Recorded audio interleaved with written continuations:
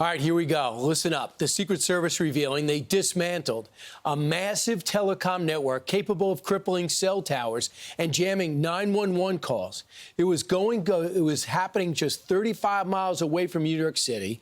And where the UN General Assembly is underway at this hour. Here to tell us more, and there's a lot to know, and how this would have impacted the public is Kurt Knutsson, the CyberGuy. Significant breaking news this morning, Brian, related to not only the president's safety, but the 150 different country representatives that are here in New York City for the UN.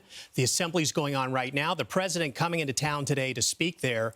And what the Secret Service found in a normal sweep in advance of this involved bringing in the NYPD, and they found 100,000 servers that 100,000 SIM cards that are essentially the ability to mimic cell phones in one area.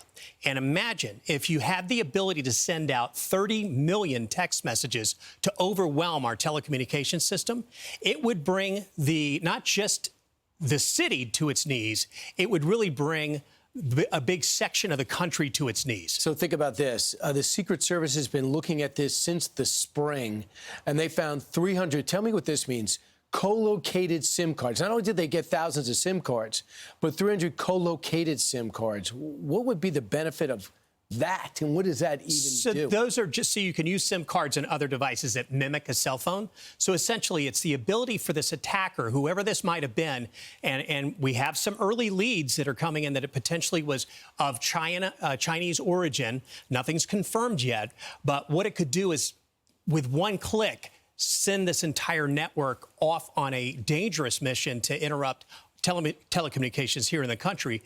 And I can't overstate this. The idea that we think this is isolated to the UN or the president's visit, it's far-reaching. It's far greater reaching than that, and we're just learning the tip of the iceberg of this. They can text at one time 12 million people. So 30 million. 30 million people. So this is one thing. I salute the Secret Service for being able to unwind this. And there was a series of raids. It doesn't give the location of these raids, is where they found a lot of this. And they got to forensically try to find out where the fingerprints are. The idea that this was able to be set up and sat there for as long as it did is very concerning. The idea that it was so well organized is even more concerning. Who's behind this? We've got to find that answer, and we have to find out, was this a distraction for something larger, or was this the event itself? Because either way, it plays very, very bad for our security in this country. We only got 40 seconds, but one thing we can do is tell me what countries are capable of doing it.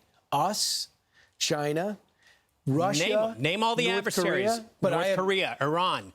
You're talking about all the normal players that threaten our lives on an ongoing basis with our security, whether it's your family, whether it's financial institutions, whether it's our government computer systems.